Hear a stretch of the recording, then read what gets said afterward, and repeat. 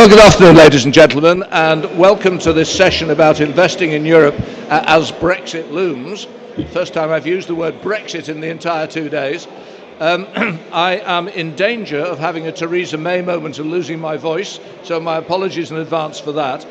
And what I'm going to do is introduce myself and then get my guests to introduce themselves, and then we're going to talk about the whole issue of investing in Europe. Does it still make sense? Why does it make sense? Why does it not make sense? And what are some of the impacts likely to be from Brexit? So, my name is John Howell. I am the editor of Guides.Global. Guides.Global produces written and video guides and books about what it's like to live and work and do business in other countries. And I've been involved in this industry as a lawyer for about nearly 40 years. I retired as a lawyer a couple of years ago, and I've now set up the company Guides.Global. So, without any more about me, let me get my guests to introduce themselves, and we'll get Graham first. Hello, I'm Graham Rowan. I chair the Elite Investor Group, and there are 3 parts to what we do. We have Elite Investor Academy, which provides financial training, Elite Investor Club, which provides interesting high return investments, and Elite Family Office, which helps people to cut their tax bills and structure their affairs in a very efficient way to hand their assets on through the family to the next generation. And you focus on the UK? Yes, we're mainly focused on the UK. My name's Matthew Lavin, Director of Benoit Properties in Manchester. We sell in various global property markets, UK, US and capital cities in Europe, and there are advantages and positives of various markets globally. Hello, my name is Hugo Moreira.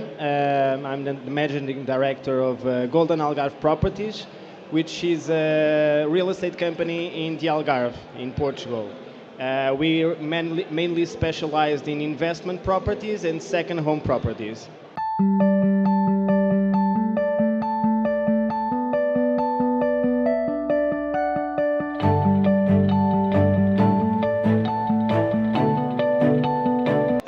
Right, so Hugo, what do you think about Brexit as a Portuguese person? Do you think it's a disaster that the British are walking into, or is it something you don't care about one way or the other?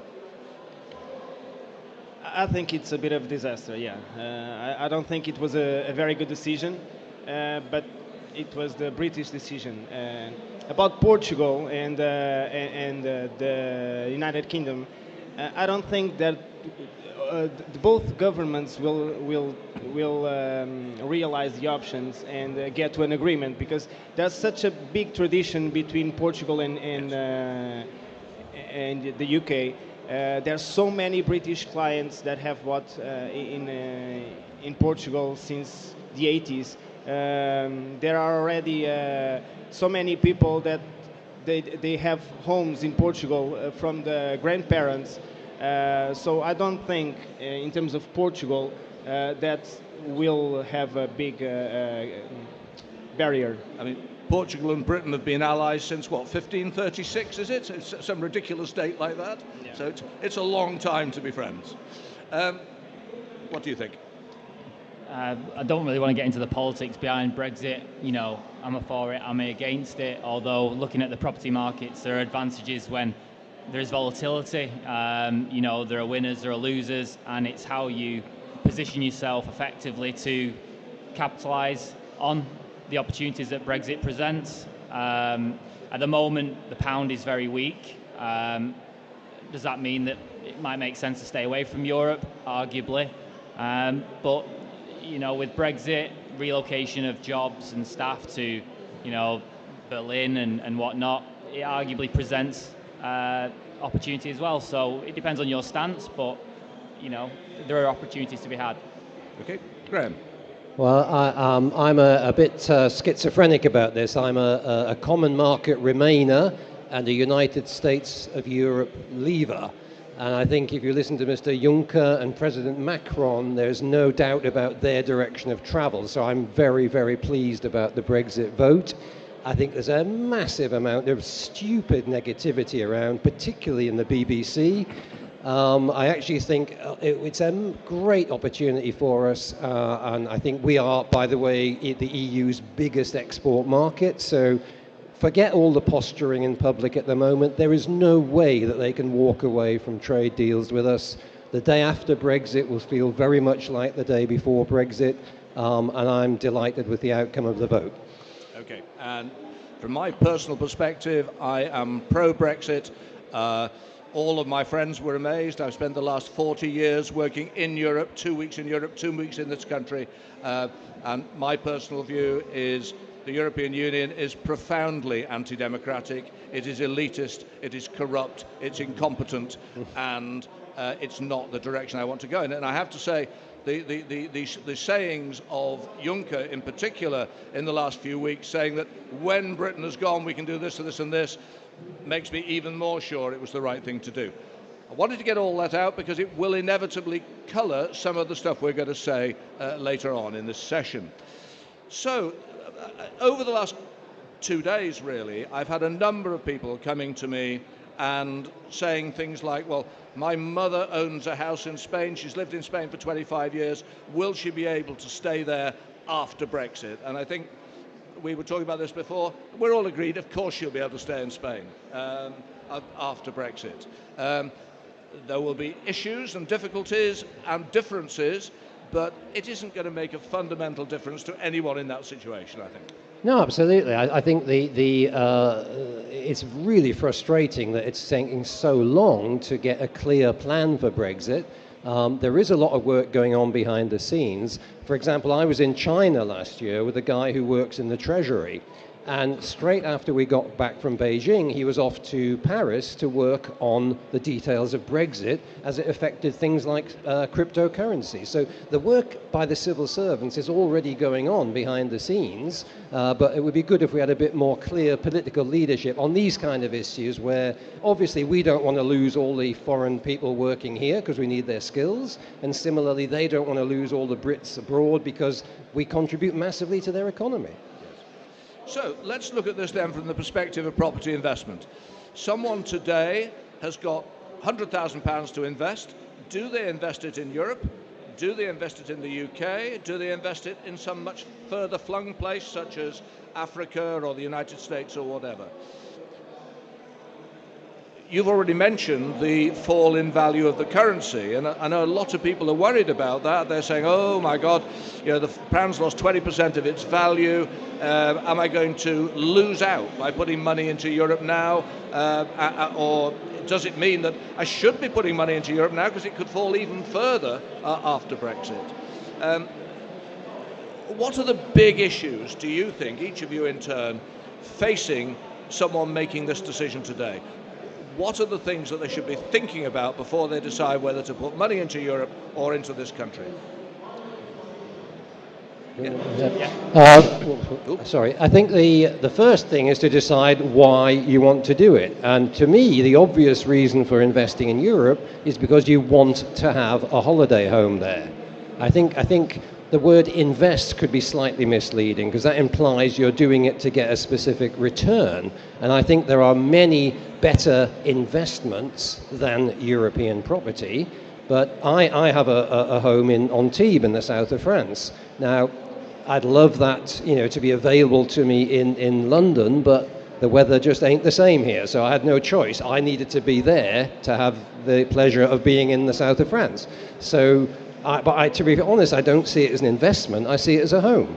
So to me, if you want a great return, I think there are better things to do than invest in Europe.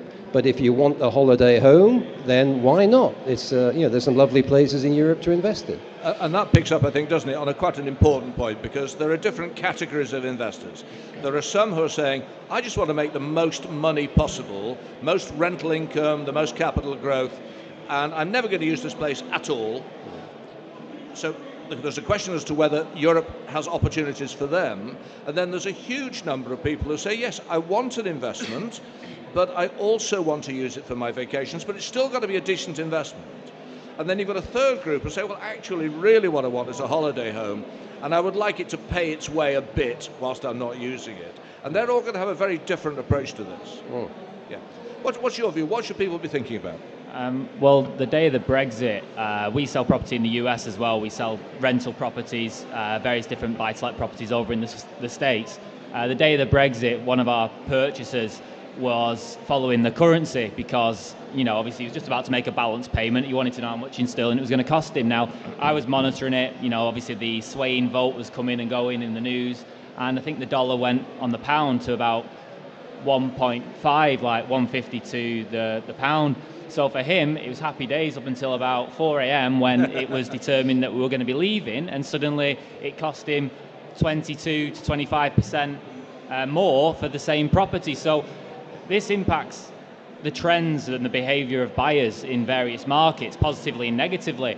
The following day, I go into the office and I'm almost just trying to process things myself, and I'm thinking, does that mean the UK is a bad place to invest, and how's it going to impact the global investors that I deal with? And that day, a guy in the Middle East with a US pegged currency bought 6 properties off us in Liverpool, to my amazement, the same day. So, the Brexit, various fluctuations in the markets, it does present these opportunities, and it's just a matter of positioning yourself in the strongest way you can. I think Europe right now, you are paying a premium if you're buying in Europe, but again, it depends on what your motivations are. If it's investment only, I'd probably say Europe. I'd probably not invest in Europe right now in sterling, but that's just my opinion. Hugo.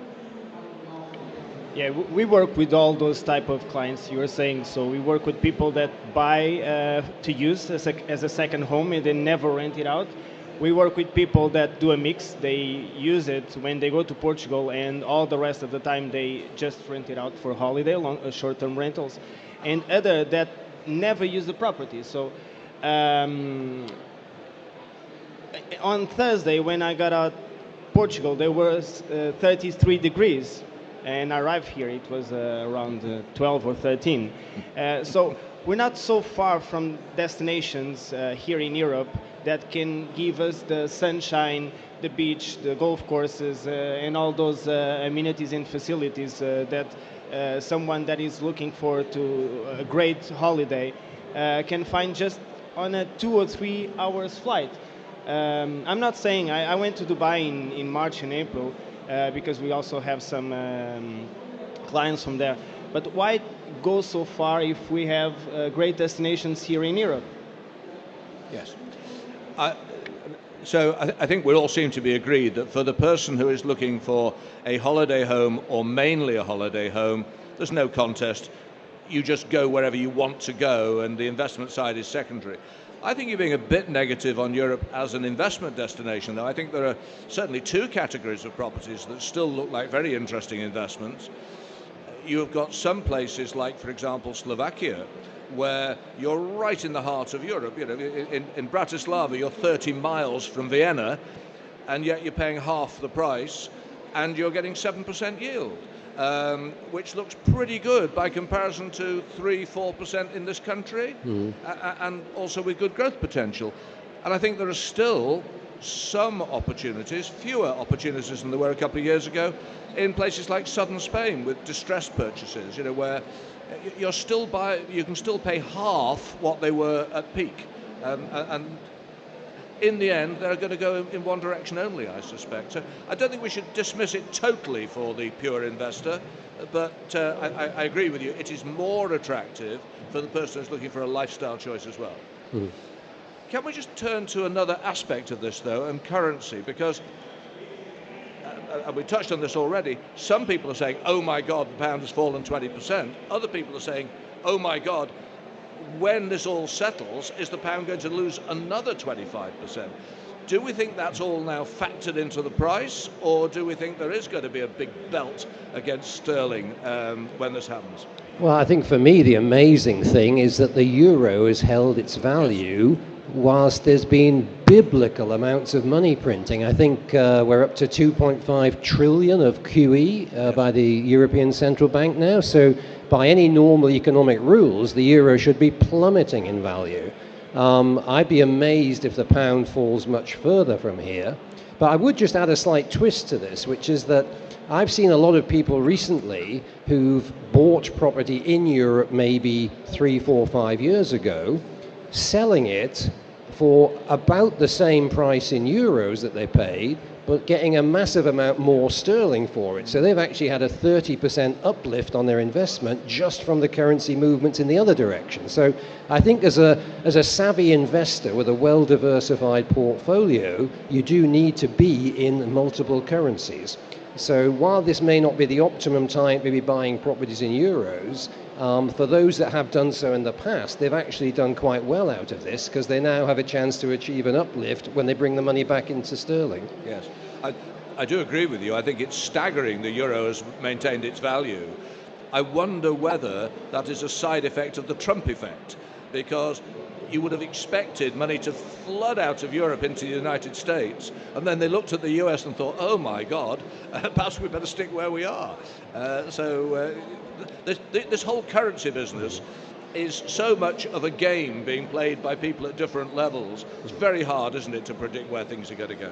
No, absolutely. I mean, it's very hard to actually value assets because the impact of QE has been to hugely inflate asset prices everywhere. So, it's very hard to say what a property is actually really worth. I think it makes it much harder as investors for us to make these kind of decisions today. Hugo, what do you think about the likely position of currency? Are we going to see this get worse or better from the British person's perspective? I think it's going better. In Portugal, we always feel very much the value of the pound, because when the pound goes up, British clients buy. When the pound goes down, British clients just stop purchasing. And of course, the British clients are still the majority of buyers in Portugal. They still are, yeah. Yes. Now we have different kind of nationalities. Of course, before the recession, most of our clients or investors were British and Irish.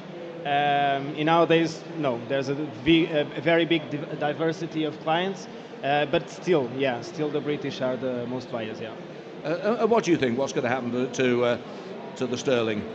Well, on Brexit, the pound dropped to its, I think, 18-year low against the dollar, which is unprecedented. I would argue it's only going to come back to some sort of average level at some point. When that might be, who knows? But for customers buying in the UK right now, you're never going to get a discount of 20% from a developer, but overnight, they got a 20% saving. So that's meant that the UK market, there's been a little bit more potential for uplift of growth because the foreign capital coming in, yes, they've made that saving, and therefore, well, it's not too expensive. So I think it's given the market in the UK especially just that little bit more time to grow because foreign capital is saving 20% on everything they buy. And foreign capital, particularly from the Middle East and Far East, did pour in, didn't it? Correct. Yeah. Okay, so it's a sort of a mixed vote on the currency, really. What about some of the other issues? And more or less at random, really, we've got fears about our ability to travel, fears about our ability to invest, fears about our ability to go and live or work in other places. That they feature quite large in people's purchasing decisions, particularly if they're doing investments. Where do we stand on this? I mean, what's going to happen on travel? Again, I think we have a tendency, I'm thinking of that quote from Mark Twain, my life was a series of disasters, most of which never happened. I think there's so much fear around at the moment about this, but let's be practical, it would so damage the EU countries if they were to start restricting travel in any meaningful way. I can't see it happening. I think there's brinksmanship going on in the negotiations. I think the biggest danger from all this actually is more uncertainty that limits business investment decisions. If you look at, yes, 27 people from one of the banks have been moved to Frankfurt, but equally, Deutsche Bank is going to spend 800 million in London headquarters, So, for every bit of bad news, I can give you 3 bits of good news. So I think we have to keep it all in perspective. I think the The other thing I would say is that perhaps is more of a niche opportunity from this, but I've seen a lot of inquiries about it recently, is that there are certain European countries now offering investment citizenship programs. So, for example, in Cyprus, you can effectively buy a passport for 2 million euros of property investment. So, you know, they've also got things. And Portugal, where it's cheaper. Yeah. So Just 500. Yeah. So you've got these kind of programs that will create niche property investment opportunities that mean if you're really worried about losing your EU citizenship, you can become a dual citizen of another EU country and keep all those benefits and you know, remove those concerns. Yes. I think it's also worth remembering for those of us of a certain age that we managed to travel to Europe perfectly well before the European Union. You know, I had no trouble going to France or Spain or Portugal before we joined the European Union. Except for the one thing, which was the capital controls, which were here until as recently as 1979, where you couldn't take more than, was it £50 out the country or something? Yes. And I guess on the business front, I opened my first office in Spain before we joined the European Union. So, before Spain joined the European Union, rather. So, you know, I think we can rather get overexcited about this stuff. I think we've already touched upon the ability to live in another country, whether we think that's going to go anywhere, and I think we're all agreed it's not. What are the big impacts that we think leaving the European Union will have as far as the British investor in Europe?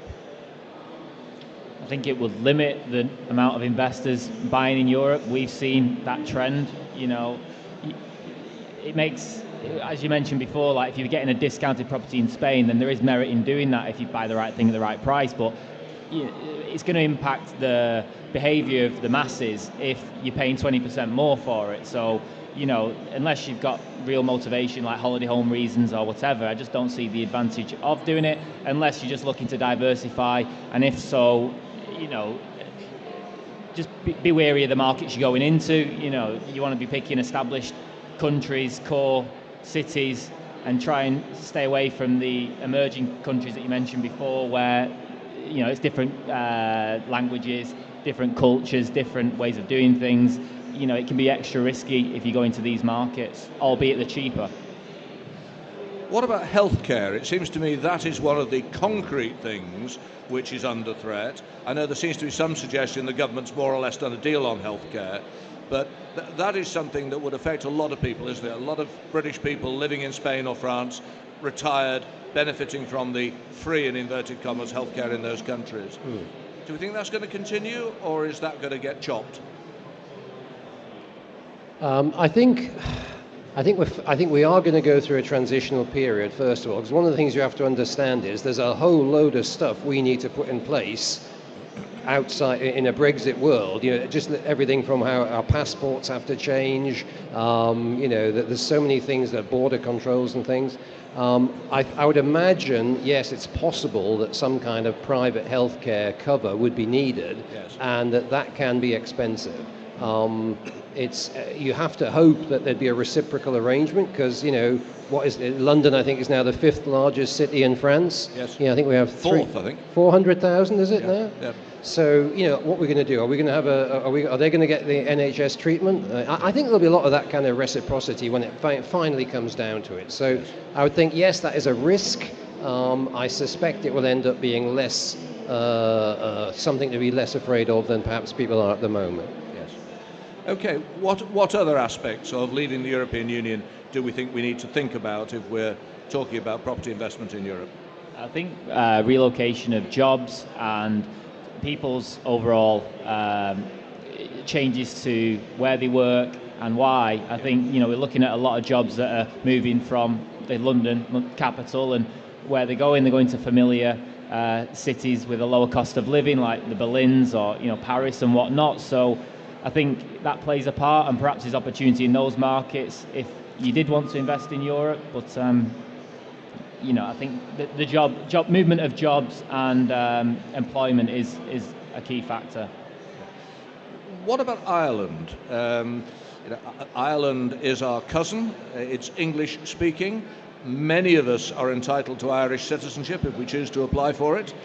do we think we're going to see a huge number of British people say, you know what, I'm Irish, and therefore just bypass this whole thing, have dual nationality? Well, there was. I think didn't the Irish website crash the day after Brexit with all the people trying to apply for Irish passports? So anyone that's got, I think, is it parents or grandparents can apply? Yeah. So yes, I mean, anyone who's lucky enough to have that, that's the easiest way of getting an EU passport. And we also have to bear in mind that their records office burnt down in 1925, so they don't actually know who has an Irish parent or grandparent. Did I tell you about my great-grandfather Paddy? Yeah, exactly. I genuinely have 2 Irish grandparents, but so there we are. Okay, so I'm getting the sense around the table that in terms of impact, we don't think we're going to see very much. But in terms of investment opportunity, maybe there are better options than Europe for most pure investors at the present time. Is that a fair summary? I agree, yeah, 100%. Yeah. Okay, well, on that footing, would anyone like to ask any questions or challenge anything we've just said? Can you talk In that about... case, come here and use this one. Talk about better investment opportunities elsewhere. Can you give me an idea of what geographical areas you're talking about? I mean, do you mean in the UK or do you mean abroad? I know that... I don't know whether you heard that. The question was, we've mentioned better opportunities elsewhere. Where? Let's go around the table. Okay, well, I mean, in the UK, we are offering investments in the sort of 8 to 12% per annum range that are completely passive in what we call commercial buy-to-let, like dementia care homes, hotels, where you get the kind of benefits of a decent return without the aggravation of residential buy-to-let. I speak as somebody who's in the middle of selling his residential portfolio. One of my tenants managed to smoke in bed and burn the house down. Sadly, she survived. So we offer kind of hassle-free passive investments in the 8 to 12% range in the UK, but it's commercial bricks and mortar. So none of Mr. Osborne's changes like 3% stamp duty and so on apply to it. I think if I were to invest anywhere in Europe right now, like a lot of people that are invested in London for security, I'd be looking at markets like Berlin, where it's a huge, underpinned by huge rental demand. Like 80% of the German population don't own; they rent. You've got the jobs moving in from some of the larger blue chip companies, like I think Siemens and various other companies are moving into Berlin. So I think if you're looking for stability, if you're looking for somewhere to park cash in volatile times, this is a market to look at. The yields are low. But capital growth over the last decade has been very, very good, and with the low cost of living, very similar, appeal with parks and greenery, like London. It's very similar. So I think for people that are just looking for stability in Europe, if I was going anywhere, that's where I would invest. I agree with Matt. I think probably it would be the capitals, the cities. Berlin is one example. Denmark, Copenhagen is the same. They don't buy, they just rent. So it's always good investment for who buys. We don't have any experience in commercial. We only do residential. But residential in these kind of cities is behaving very well too. Yes. And of course, you didn't mention Lisbon. What about Lisbon as one of the world's great cities? Yeah, Lisbon has a growth, like I told you yesterday, of 25% from last year to this year. Lisbon is a fashion city. Portugal is on fashion now. Even Madonna bought a house this month and applied for Golden Visa, which is one of the visas that we have in Portugal for non-residents.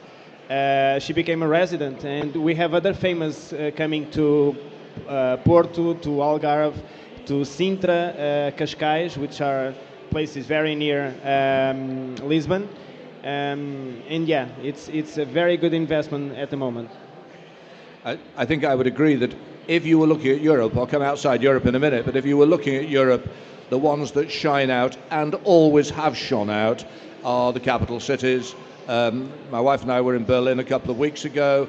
Population there is growing enormously. whether you like it or not, Berlin is the de facto capital of Europe, and that can only lead to increased demand and increased prices. So Berlin shines. Paris has always been a star performer. I love Lisbon. I think that's a great city and has performed well. And some of the lesser capitals, Bratislava in Slovakia springs immediately to mind. They've got their act together, and they are wonderfully located geographically to benefit from a freedom of European movement. If you go outside Europe, I think there are lots of interesting places, all with differing levels of risk. You take Dubai. Dubai has, for many years now, had really good rental returns. After the crash, it hurt badly in the crash. It's had sustained capital growth and properties. And I was very skeptical about Dubai 20 years ago when it was first launched, but you can't deny they have turned it into one of the world's great mega centres for commerce, for travel and everything else. So Dubai is worth a look. I think looking further afield, there are still interesting options in the United States and Canada. And I think you have also got some interesting options still in the Far East, but increasingly the old favourites in the Far East, like Singapore, look very highly priced. But if you just go next door to Malaysia, then there are still, I think, interesting options there. A little bit further down the risk scale in Indonesia and other such places. So the world is full of opportunities, and I think you have to start off by saying, what's your baseline? Your baseline, if you're talking residential property, is 3 to 5% yield in the UK. If you can see places offering you 8, 10, 12, 15% yield elsewhere, and they're secure enough, then they're all worth a look. Any more questions? No? Hey. Well, in that case, thank you all very much. Thank you for asking interesting questions and for being so attentive. Thank you. Goodbye.